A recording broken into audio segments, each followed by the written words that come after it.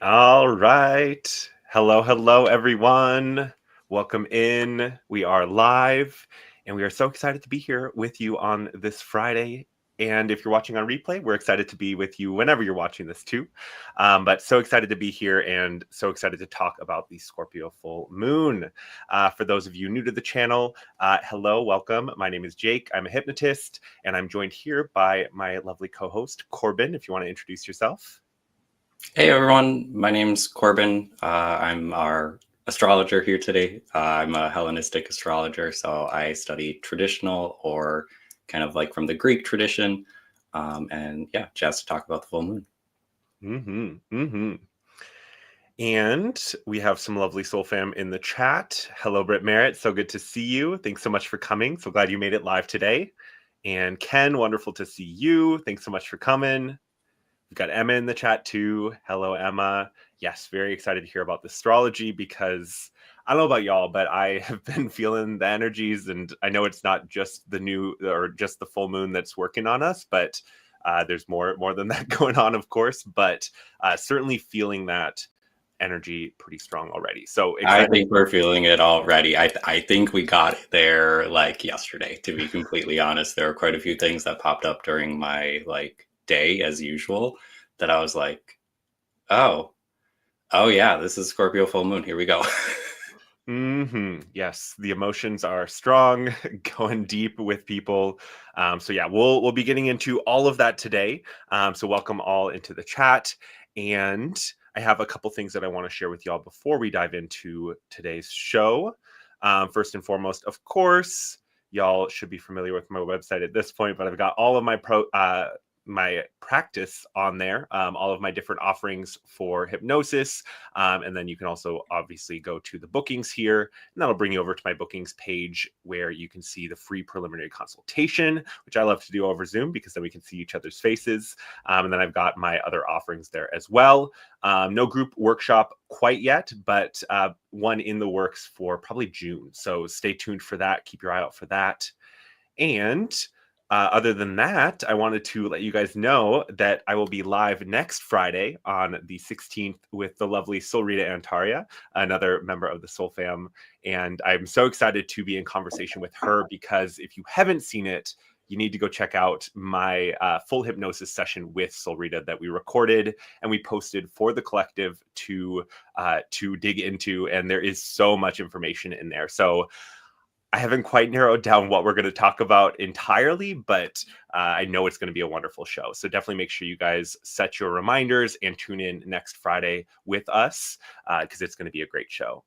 And if you Oh, haven't checked out the full hypnosis session, that was so activating, Jake. Like, I needed to do a bit of grounding after listening to that because there was just so much information.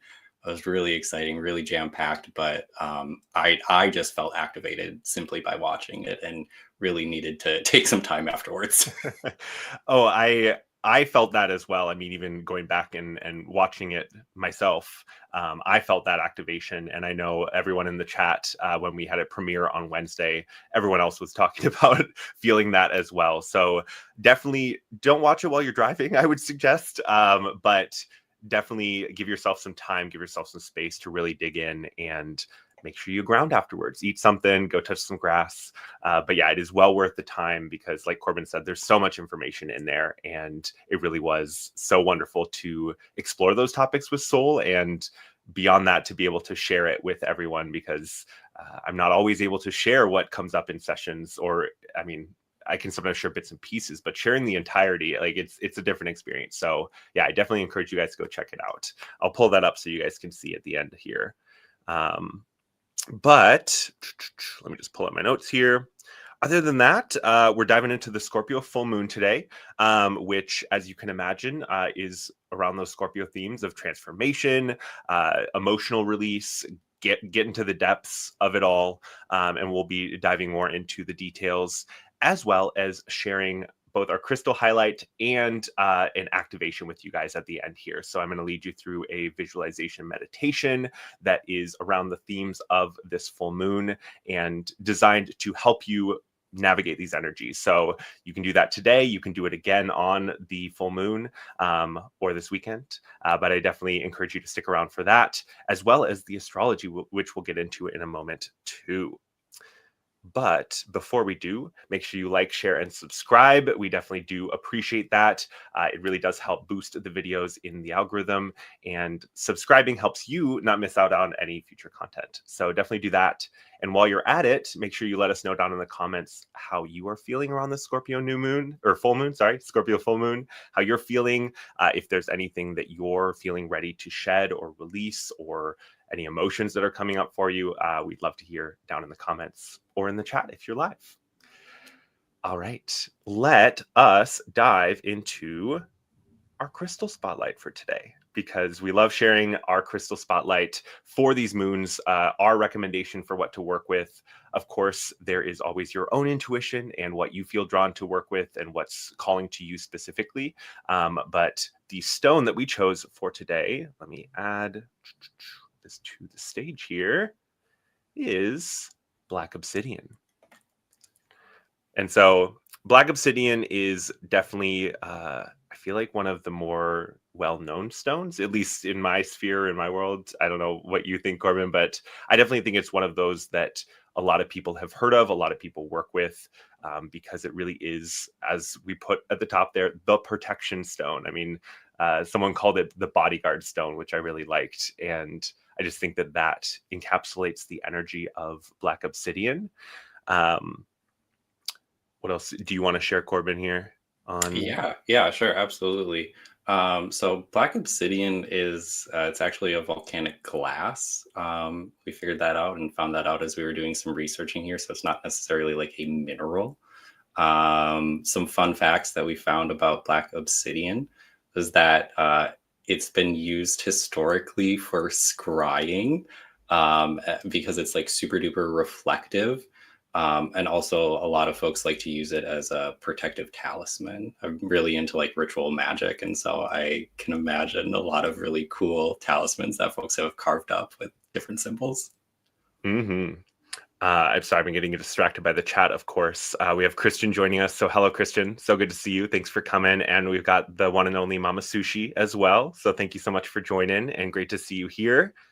I also did want to say thank you, Emma. I'm so excited. Yeah, we've got some good energy with that full session, and we've got more people joining the crew here, joining the tribe. So it's really fun to see. I definitely thought that the scrying piece of the black obsidian was super cool, and one of the pieces of information that we found out was that Nostradamus used obsidian in his scry work. And I whenever Nostradamus comes up, I always get excited, because Dolores Cannon, the founder and pioneer of quantum healing hypnosis technique, which is where I got my start in hypnosis, she has quite a few books on Nostradamus and his prophecies and decoding them from a hypnosis standpoint, because she ended up contacting him from the past and ended up following that rabbit hole and basically going through all of them. So Corbin, you've read them, so I don't know if there's anything you want to add about those books, but Oh, just that they're really worth the reads for sure. I don't think they talk about Black Obsidian like in the book or anything, but yeah. Most Dolores books are like kind of hard to put down, and the Nostradamus books were really really enjoyable. Mm-hmm. Yeah, no, and I agree. I mean, Dolores books are I mean, just page turners. I mean, and if you watched my hypnosis session, you'll understand why, because the information that comes through in that space, in that experience, it's next level. And so really cool stuff. Welcome in, Lynn. So good to see you. Thanks so much for stopping and joining us for the Scorpio Full Moon show. Another piece of the black obsidian and how it can help is, of course, supporting shadow work, like we have up there, psychic boundaries. So it's not just that physical protection, it's that energetic protection, that psychic protection. I feel like black obsidian can really help you on a lot of different levels with that. another thing was the energy cleansing, and I think that that piece was fascinating because I don't know, I don't necessarily always associate black obsidian with energy cleansing, but I think it makes sense, especially with the idea of like it being used for surgical blades and being so sharp, like that cutting through or like separating you from something. I feel like it makes a lot of sense. Yep, yep. And then, if we looked at a black obsidian from like a chakra standpoint, or where it's best to like kind of work with your energetic body, Scorpio is like really commonly associated with the sacral chakra, and definitely talks about like sexuality, deep emotions, transformation, that kind of a thing. And black obsidian really plays well into that as well. And we read a few things that also associate black obsidian with the root chakra too, as it can bring up things that relate to your instincts, fears, and just like being grounded overall. So later on, we'll share a little bit of a ritual to perform with this full moon. And we suggest that, of course, use your intuition or whatever feels best to you. But of course, you can take black obsidian and, hold it to your sacral, hold it to your root while you're doing that kind of a whatever full moon ritual you're doing. Absolutely. Oh, and I was gonna add Didn't too. you bring Oh, I did. Oh show my and gosh, tell? I almost forgot to show you guys. Here, let me pop down the that there here, and I'll highlight myself so I'm nice and big. But this is our one of my favorite pieces. I mean, I think this might have been like the first big crystal that I bought. And I got it for a great price at our Renaissance Festival in Minneapolis here. And it's just such a beautiful, fun, chunky piece of black obsidian. And this sits right in front of our front door. So this is very much our protection, our guard crystal. And I just love it. So if you don't have black obsidian, I definitely recommend adding that to your collection. I feel like most of the people in this chat, especially Lynn, probably have quite a few pieces of black obsidian. So, right, Lynn? I know it is beautiful. And Emma's saying, "Wowza!" Right? Jake, I had sitting here on my desk this little Yeah. crow, but honestly, the more that I look at him, I think it's onyx. I don't think it's obsidian. It doesn't Mm, quite have this sheen, but so don't confuse your obsidian with onyx. I'm sure that can happen. I'm so dark here, guys. Sorry, I forgot to turn my light on. Um, Yeah, right. Don't confuse your stones. But sometimes like that the man-made blue obsidian that we got. Oh, I didn't even Sometimes bring it. it's man-made, I sometimes it's didn't not even actually bring it. man-made. I got really excited. So we intuitively pick the crystal for this. We have like a crystal oracle deck, and I had pulled obsidian, and I was like, "Oh my gosh, I just saw this blue obsidian thing online. Oh, that's so awesome! Oh, I should get it to show everyone." And of course, it was something that was man-made. So sometimes you accidentally buy um, rocks for your aquarium. Right, really fancy, expensive rocks for your aquarium. I love this. Lynn saying black tourmaline is her go-to. Definitely also a great. Oh my gosh, yeah, show off your tattoo. Oh, you were moving too fast. Hold it. Hold it. You got to hold it up. There we go. Can you guys see that on his bicep? It's the piece of black tourmaline My birthday in tattoo present. form. All right, all right. Right, Christian. Oh, China.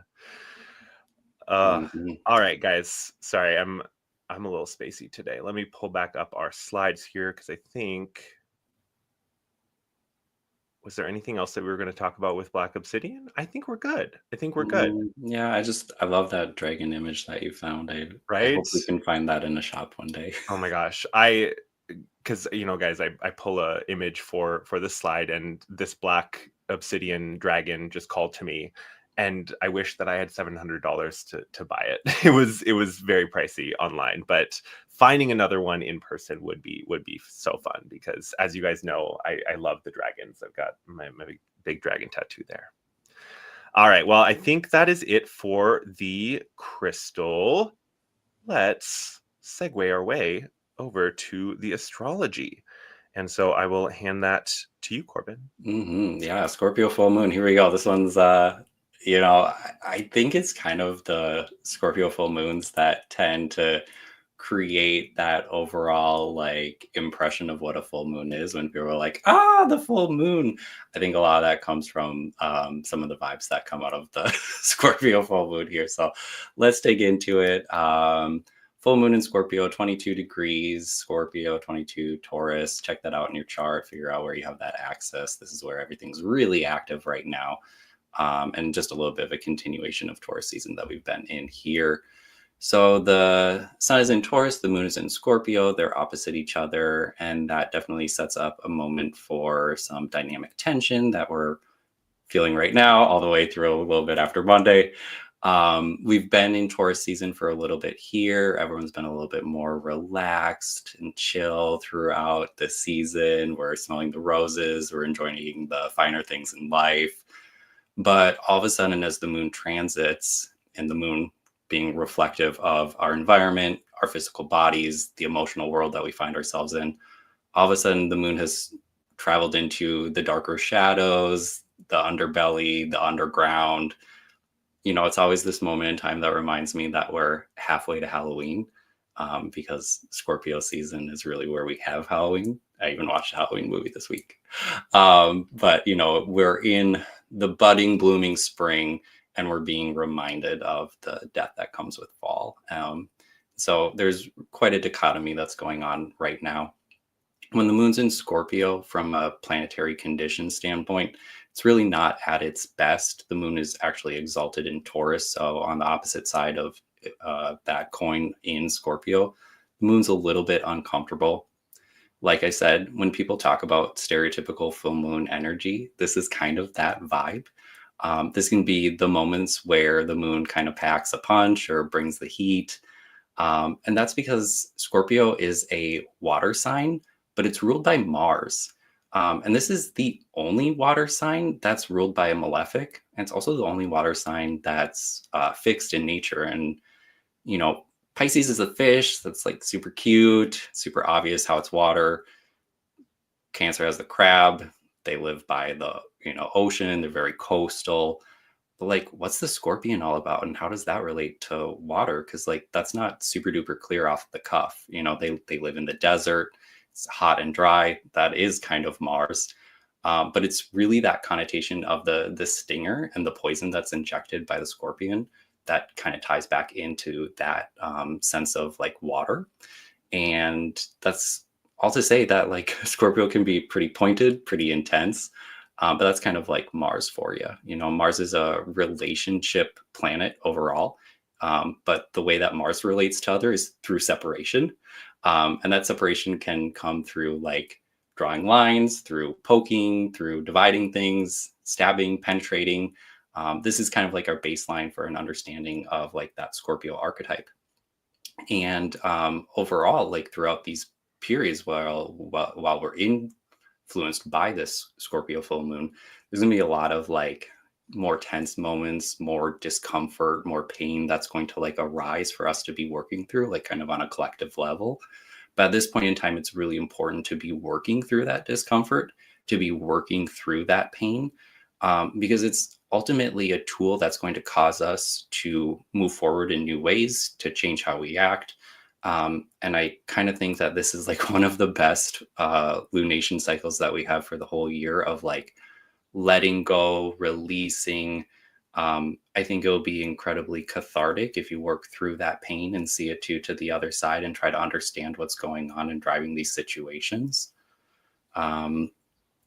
So to dig in just a little bit deeper, I chatted about Mars for a second here. Mars being the traditional and Hellenistic ruler. Once again, I don't practice modern. I'm not necessarily looking at Pluto right now, but we'll talk about Pluto quite in a bit. But from like a Greek or Hellenistic perspective, Mars is really that planet that we look to understand more. But Venus also has a little bit of rulership over the sign of Scorpio too. And I just want to kind of break down where that comes from in case you might not be familiar what Venus's role is in the sign of Scorpio. And so there's this concept called triplicity, which is just a really fancy way of talking about the elements. So when we talk about any of the water signs, There's a way that Venus plays into being a ruler of all of the water planets. And so in this instance, it's not just Mars that I'm thinking about, I'm also thinking about Venus. And what's really interesting when we pull Venus into the conversation is that both Venus and Mars, right now, they're in fire signs. They both just went through retrogrades. They're both clearing shadow. These retrogrades both started in fire, went into water, moved back into fire. And it's all to say that there's really something that is coming forward as a result of those retrogrades. That's part of the flavor of right now. Both of these planets have kind of undergone a radical, internal change, being inside of some of those water signs while they were retrograde. Now that we move forward and as we're into the fire signs, how are these planets kind of like guiding our actions as we move forward into this greater initiation that Aries is bringing us in 2025 and 2026 with Saturn and Neptune moving into Aries? So our values, our actions, our beliefs, our understandings, these have all shifted throughout the retrogrades. And now we can begin to move forward externally in a new way. How do we move forward with these new understandings? It's really important to look back at these retrogrades to understand kind of that journey that you've been on yourself. Over the next few weeks, Venus and Mars, Venus in Aries, Mars in Leo, they continue to be in a sign-based trine, which only becomes more exact and begins to perfect over the next couple of weeks here. I think that's around May 18th, 19th, 20th or so, where they will be at a degree-based sign. And that's really going to help continue to kind of usher in the new. And as we continue to move forward, like once again, with that kind of like an Aries initiation. But in these next 2 weeks, Mars and Venus also will be helping to show you those aspects of self and those aspects of your life that need to be left behind, the things that are no longer going to be resonating with this newer version that you're moving into inside of 2025 and 2026. So we're going to see that as irritants, as disharmony, as issues. And those are all kind of like indicators that will point towards those things that should be left behind. Again, if you work through this, take the time to process and understand what's going on, these releases can be incredibly cathartic. They can leave you feeling like a whole bunch better on the other side of it. And that's part of the beauty of the sign of Scorpio. It really helps us to transmute, change things, and come out reborn on the other side.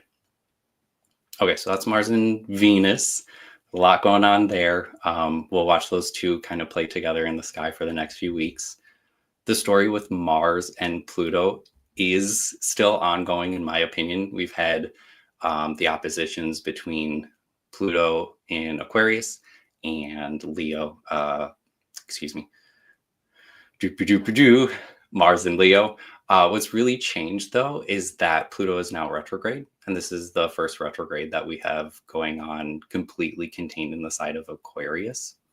I think this is really interesting right now as the tension from the opposition between Mars and Pluto begins to, wane and go away. More so, this story of what's going on with Pluto turns towards the square that it's making right now with Mercury during this lunation cycle. So in the chart here, we'll see that Pluto's at 3 degrees Aquarius and Mercury is at 3 degrees of Taurus. And so what I really think is the kind of crux of the meaning here is basically that irritant, that bother, that issue that's coming up. We're being asked to communicate that at this time. We're being asked to talk about that out loud. We're being asked to bring it into the physical, Taurus. And I think it's really important that if you find yourself in a little bit more of the struggle here, that you take the time to talk this out, that you address the conflict, that you talk about your fears. That's something that could be brought up here. I have a good Scorpio rising friend, and the way that she talks about honesty is really interesting. We have this phrase about cutting yourself open and showing somebody your guts. And that's really something that I think we need to be doing inside of this full moon to help with that release. So once again, if it's hurting you, if it's bothering you, if it's driving you crazy, having that vocalized moment of this, I think, can be really important to shifting that energy overall. And I do want to mention just one more piece of the astrology that I think really brings up why we should be talking about the trauma right now. The other piece that's going on in the sky right now is we can see that the sun is really close to Uranus. So the sun's at 22 Taurus, your Uranus is at 26 Taurus. And over the next handful of days after the full moon, the sun will move into a conjunction with Uranus. And so Uranus, once again, I like to think of as, it's a higher octave of Mercury. It has a lot of associations with air and with communication. But I was like ranting about this with Jake earlier. And one of my favorite ways to think about Uranus is I often think about tarot cards with planets and signs and stuff like that. And one of my favorite cards for Uranus that I like to use is the Ace of Swords. And there's just a way that I think that Uranus and the Ace of Swords really remind me of the concept of the sword of truth. Uranus being the great awakener, all about mental clarity, breakthroughs, having a clear channel. There's a lot of ways that I think that Uranus could be like the Tower card too, right? There's a little bit like that disruption and, a little bit of the chaos that Uranus is typically like unplanned. But just the coming together of the sun and Uranus, there's something about this that makes me think that it's time to bring truth to a situation. It's time to say it and to bring it into manifest. So I suggest that you find time to see the sword of truth, to honor it, and allow that to help you ride out any tower moment that you might be having inside of this lunation cycle. And I guess I was going to share about my own. Uranus has been in Taurus since 2018.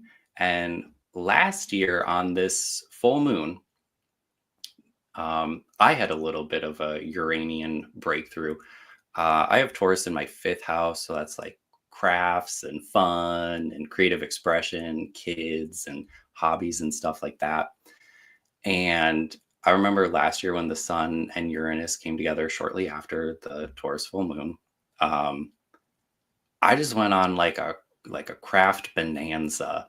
I was like really busy around the household, doing art projects.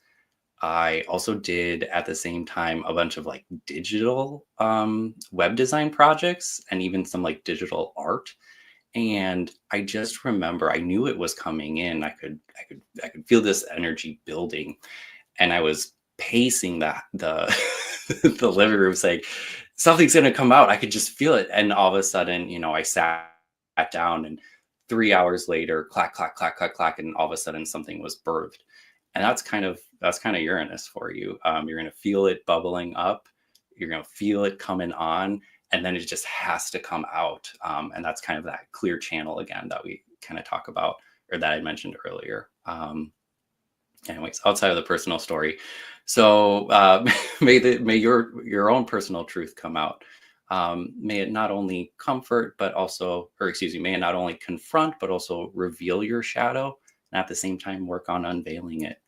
This moon has vibes of divine revelations, cosmic downloads, and all kinds of activations for your physical and psychic senses. Consciously working with this energy and all of these themes and topics is the work of alchemy, and the magic is you working with the universe. Don't be afraid to feel the strong feelings. This is a time of release, revelation, and reconnection to your own personal power. I had to write a few things to be planned. It just helps me a little bit better. So anyways, where are we going in the next couple of weeks before I see y'all again for the new moon that we'll have coming up in Gemini? The sun will move into Gemini on May 20th. So really exciting to keep moving throughout the season here. Mercury will also be moving into Gemini. Mercury's moving real fast these days. But like I had mentioned in that first big piece of this Aries, well, maybe the second big piece of this Aries initiation this year, we'll see Saturn enter Aries on May 24th. So that's going to be pretty darn wild. I hear a lot of people are talking about this as the age of air and fire. And I definitely think that, yeah, by the next time that we talk, it's going to be another really big shift again, just the way that Neptune coming into Aries had a really big shift. Saturn coming in will be dramatic. Thank you so much, Corbin. I mean, so much in there, so much rich stuff. And, you know, what you said there at the end reminded me of one of Emma's comments earlier. She said, oh, good, more releasing or something along those lines. And I think, I know for myself, you know, listening to the astrology, hearing people talk about it, it can feel just like hit after hit after hit. And I think remembering that we're in this big period of dramatic transformation and that we are in a very dynamic time can help you to remember, like, okay, like, yes, it might be coming rapid fire right now, but things will change, the wheel will turn, and we'll get to a point where we do get a breath. And I think too, remembering if you are getting caught up in it or it is feeling like too much, asking for that support, asking for your higher self to come in and support you, asking for support from your guides, or asking for physical support from those around you and your loved ones too, because we all need some support and help at times. And I think that that's important to remember to ask for, because we don't always naturally ask for it. Yeah, and while this is like big purge energy, this is kind of like the final push. Here on out, the astrology is like really, really different. The vibes really begin to shift and change, and it will be so much more about the new and about developing that you'll be really thankful of to have gotten rid of some of this energy that isn't valuable for you at this point in time. Mm-hmm. Mm-hmm. And I just have to highlight this comment. Corbin Crafton says Golden Trinity.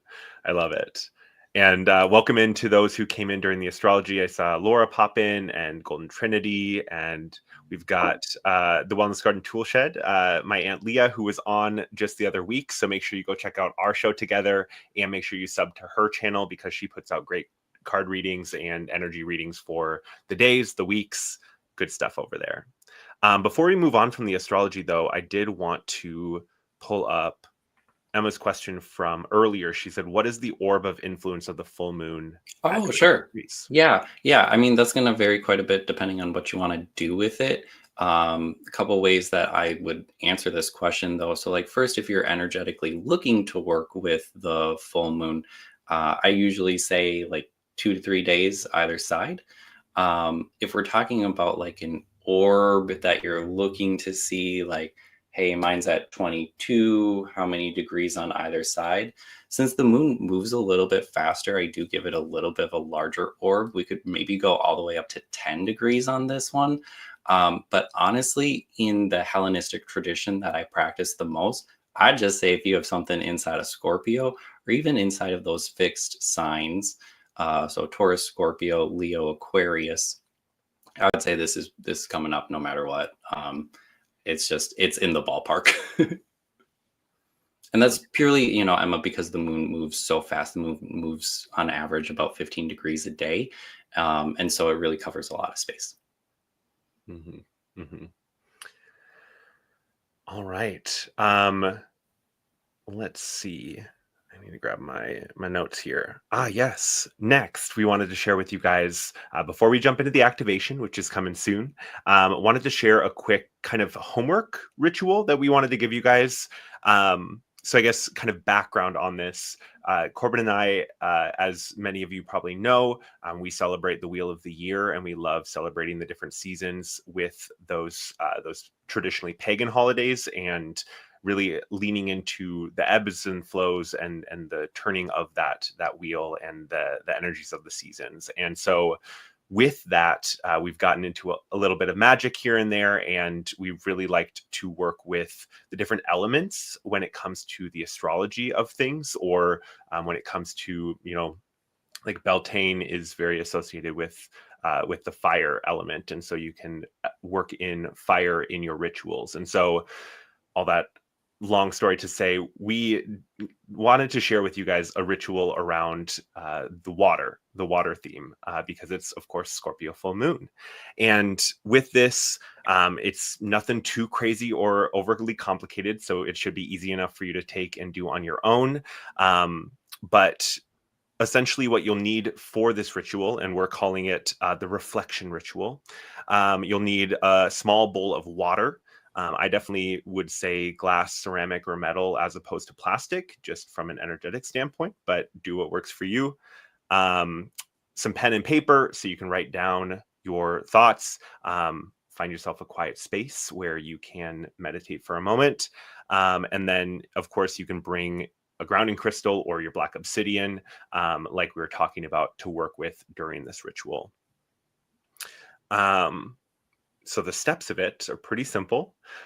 First, taking a moment to reflect. And before you're diving into your reflection, of course, setting your space. As Corbin and I have talked about before, you want to kind of set up the space as sacred and as in a way that kind of sets it apart from your everyday environment. So whether that's lighting a candle or having a special corner in your house that you dedicate to sort of your rituals or your meditation, works great. But just a space that will allow you to focus your intentions and really have a clear environment around you. So setting your space, setting that up, getting yourself comfortable, and then taking a moment to reflect on the full moon and what's going on for you, what's coming up for you. During the activation today, there's some elements of that, and so maybe it's something that comes up for you during the activation that you want to work with within this ritual, or maybe it's something that's come up or is going to come up as we approach the full moon. But taking a moment to reflect on that and think about what you are looking to release, what you're looking to transform, what you're looking to shed, all of the stuff that Corbin was talking about. And I don't know, Corbin, you want to add something about the astrology and fitting that into your ritual? I would say, going back to the astrology, all this has been ongoing for a moment, so it shouldn't be new news what's coming up for you. If you aren't able to put your finger on it, though, I would just be, well, you could start by looking at where Scorpio is in your chart and reflecting on the themes that are associated with that house. But, and then if nothing is still coming to mind, just be asking your higher self to help you clear what you need to clear. Mm-hmm. Sorry, I got very distracted by the chat because I guess we had a fairy show up. Golden Trinity called out a fairy, so we'll have to go back and check it out. Because I did not see it either. I was talking, of course. No, what I was more so going to say was like, if you don't have who doesn't have black obsidian, but if you didn't have black obsidian, you grab some of those other like great protection stones to be working with at this point. Like smoky quartz really helps you with that release. You grab moonstones right now, of course, because it's, the moon, and moonstones are great to assist you with any sort of like emotional work. When I think of Scorpio, I also think about garnet, like right off the cuff. Mm-hmm. That's definitely like more so related to kind of like strength and being grounded. But those are some other like crystal friends that you could incorporate into this ritual based off of the Scorpio archetype. Mm-hmm. Mm-hmm. Wonderful. Thank you. So set your space, reflect on what's been coming up for you or what you're looking to release. And then you want to take your bowl of water and, in the style of Veda Austin or Dr. Emoto, as I'm sure many of you are familiar with those folks and the work that they've done with water consciousness. But part of this is programming the water and essentially speaking to it and projecting your thoughts at it, essentially asking it to do what you want it to do, which is to help you with this release, to help you with dissolving this thing that you want to let go of or move past or shed. And you want to ask the water to help you with this. I I did miss one part of the reflect step, which is writing down what you've reflected on, because you want to write it down on your paper so that you have that paper to put into the water. Because after you've reflected, after you've written it down, after you've programmed your water, you want to either tear up and put those papers in, or just dip the paper in, or set the paper on top of the water. Do what feels right for you, do what feels good for you and what resonates with you.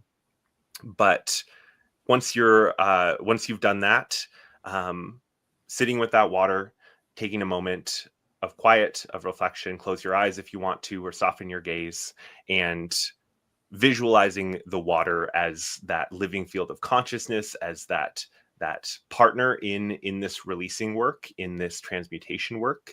And then thanking it, I think, is gratitude is a good piece as well, thanking the water for its assistance in this.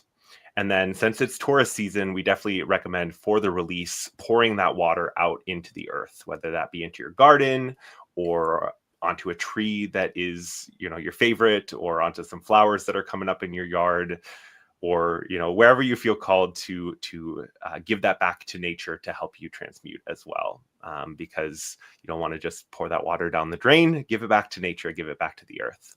So since I was a little bit all over the place there, I'll run through the steps again. So you're setting your space, you're reflecting and writing, you are programming your water, and then you're going to dip the water in there, or the paper in there, put it in there, whatever feels right to you.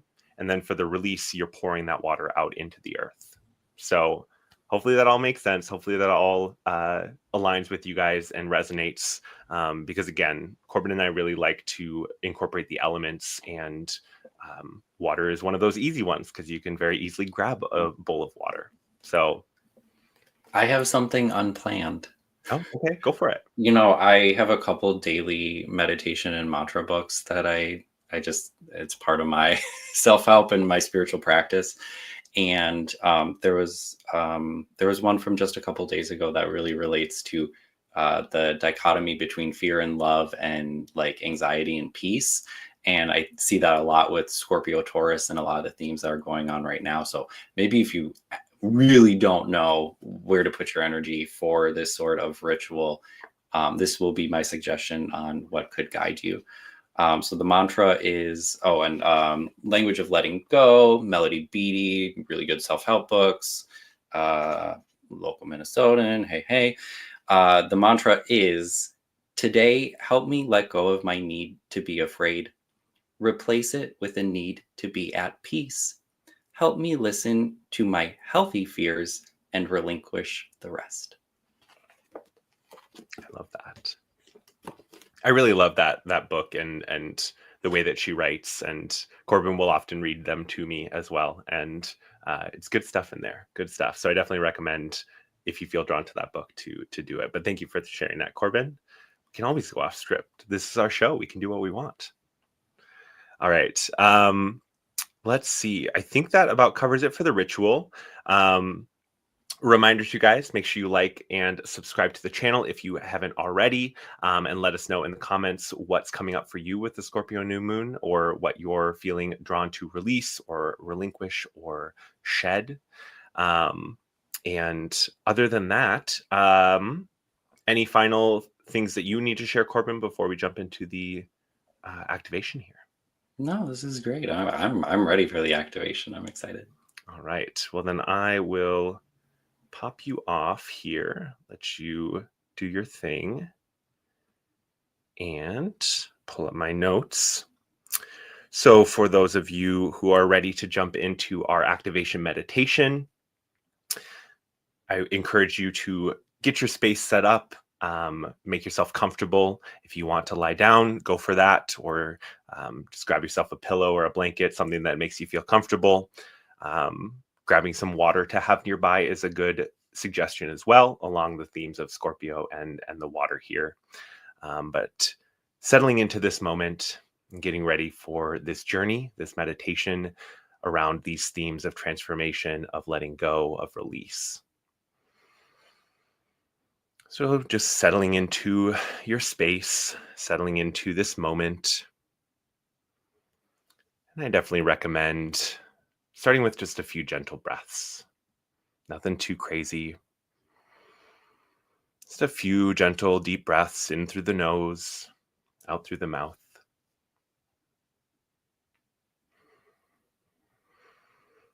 And as you begin to settle into this moment, feeling yourself calming down and relaxing, just let your eyes close gently or soften your gaze as you feel yourself settling in and relaxing.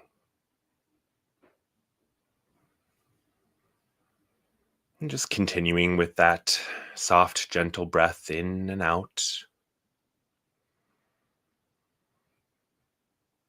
feeling that breath filling up your belly, your chest, your heart space.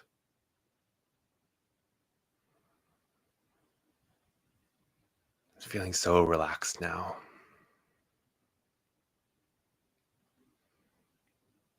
Now bring your awareness to the top of your head, right up to your crown.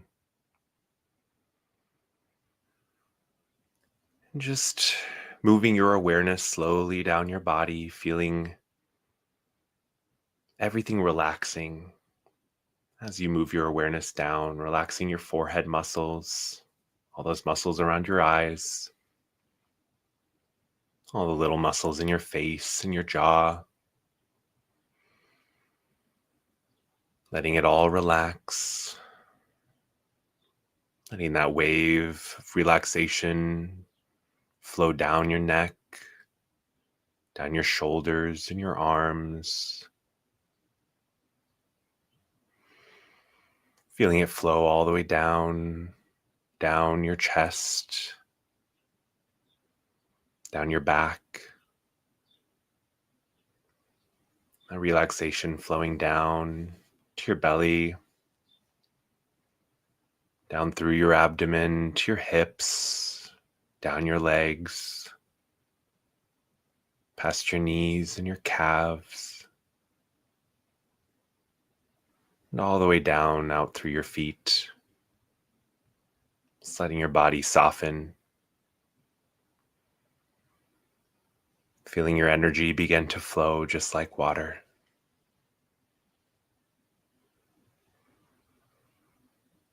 Now imagine yourself on the seashore, standing there looking around, noticing the rock and the sand, seeing tide pools scattered here and there. And as you're looking around, you notice one particular pool just a little ways off. And this pool glows, glowing with that silvery light of the full moon. And you notice that this pool is extra bright. Stepping closer, your bare feet feeling those cool stones on the ground below you. Seeing that water shimmering.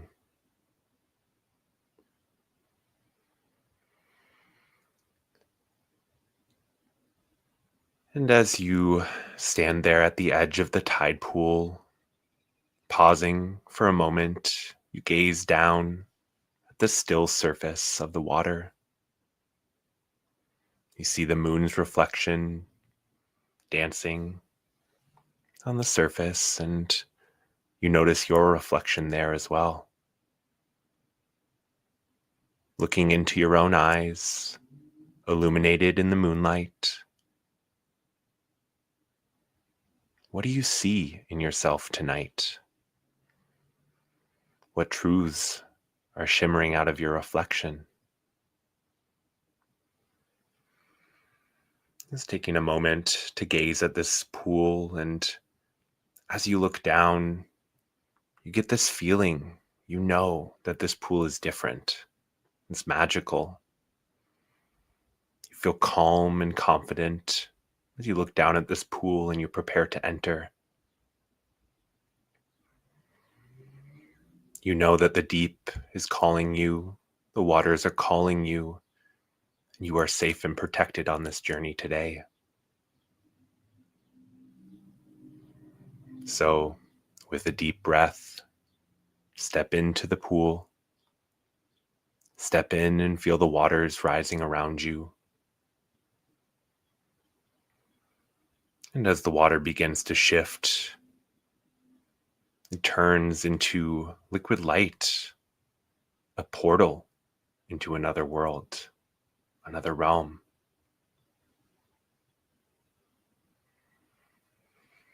Now you feel yourself sinking deeper and deeper, feeling weightless, feeling calm. You're held in the arms of the sea as you sink deeper and deeper.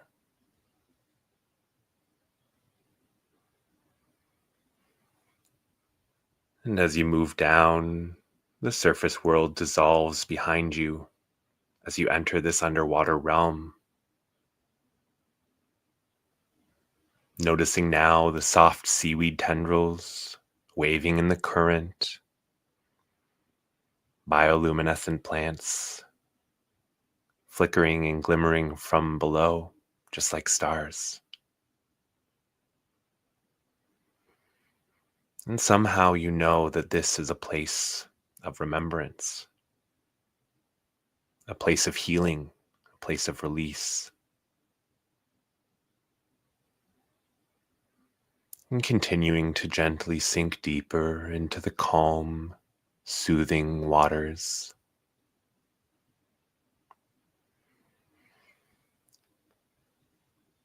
And as you're rocked by these gentle drifting waves, you sense beings swimming nearby. These beings feel serene and luminous. You know that they are mermaids, merpeople. They've come to support and help you in this journey today. You can hear their humming vibrations through the water as they weave frequency and energy codes into your field.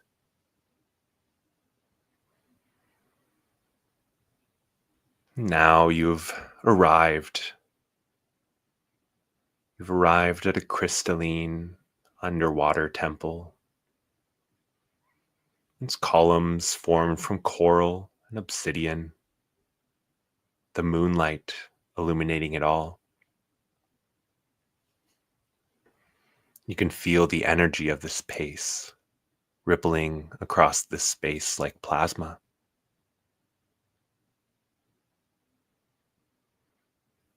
And in this sacred space, you know that you will find soul truth.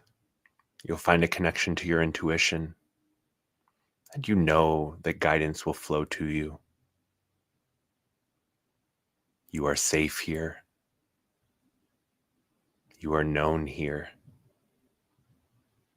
You are home here.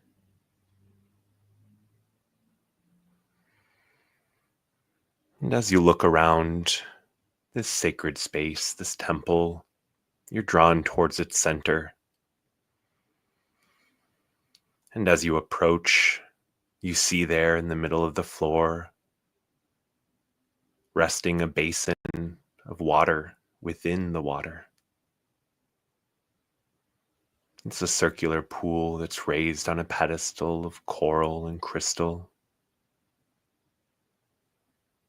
You notice that water within is glowing, a silvery, pearly light. And it seems to breathe and shimmer with consciousness.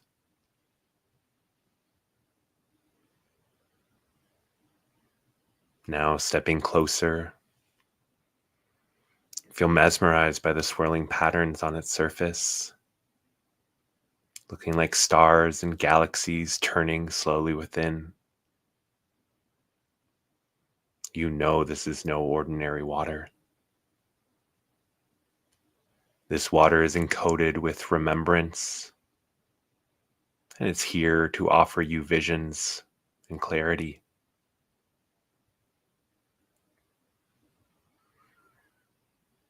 Now kneeling beside it, you feel an energetic pull from this basin, from this water, and the energy feels familiar. It feels like your higher self, like your soul.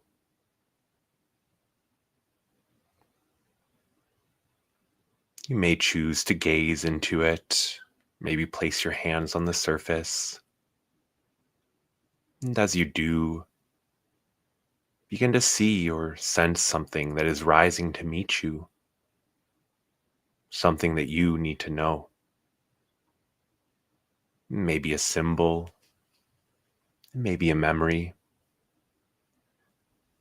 maybe it's a feeling or a knowing. Take a moment now to just relax and receive that message. Let the waters speak to you.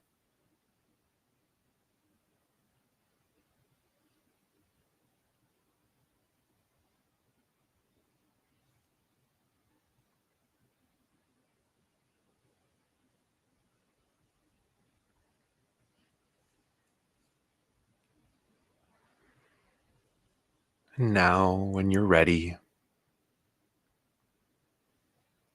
when you feel prepared and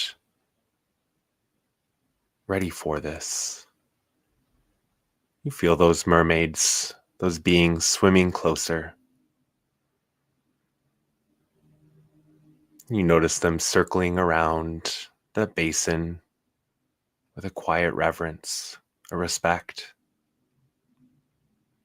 And together they begin to hum a very soft, harmonic sound. And you can feel it vibrating through the water and through your being. You can feel it in your chest. You can feel it in your throat. And without thinking, you join in.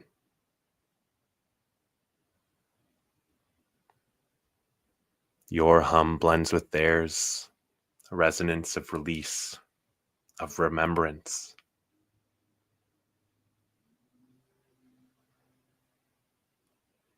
And as you watch, you notice that image, that memory, that message, whatever came through for you, it begins to shift, to dissolve,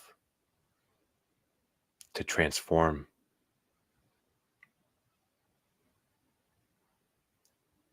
With the help of these beings, the help of this water,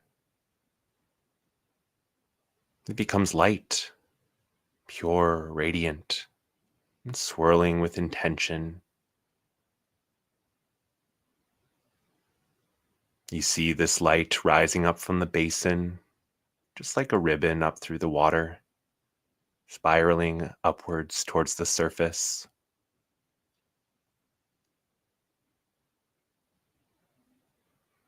And as it rises, it merges with that shimmering glow from the full moon above, disappearing into the waters.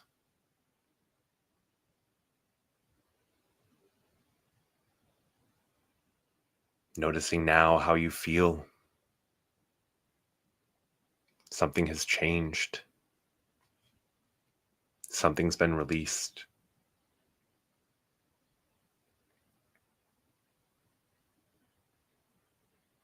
Noticing how much lighter you feel as you gently float there, carried by the soft currents. Feeling calm and relaxed, you let yourself drift down to the gentle floor of the temple, the soft sand beneath you. Feeling relaxed, feeling open, supported by the water, gently rocking you back and forth.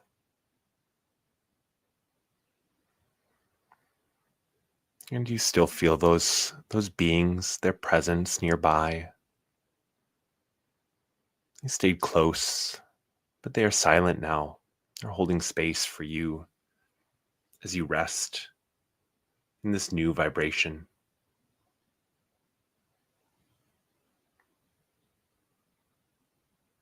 Letting yourself receive, letting yourself rest for a moment in this calm space, in this silent place, reflecting on the release.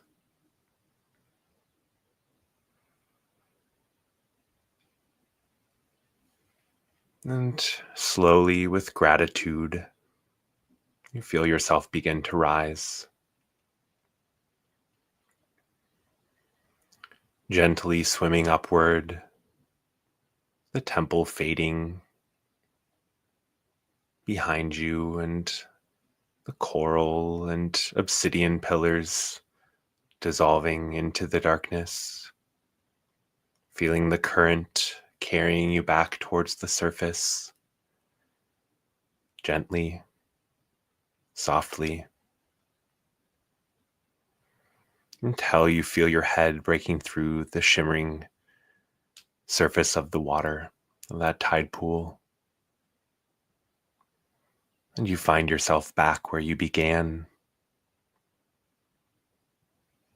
looking up, feeling the moonlight on your skin, the air cool and clean, taking a nice deep breath in and releasing.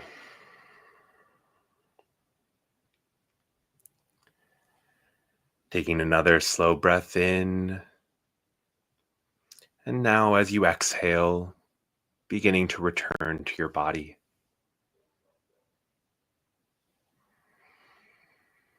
Now as I count from 1 to 5, gently guiding you back to full awareness, present, grounded and refreshed here in this moment.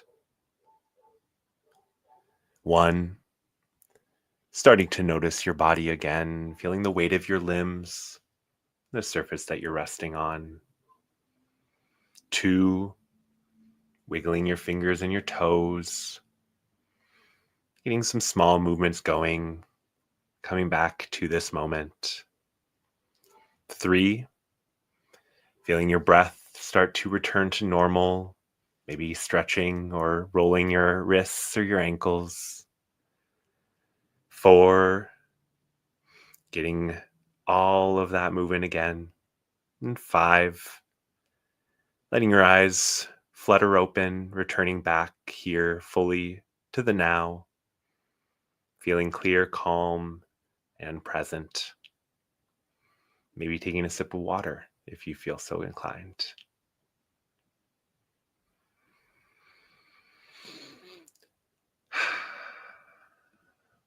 All right, welcome back, Corbin.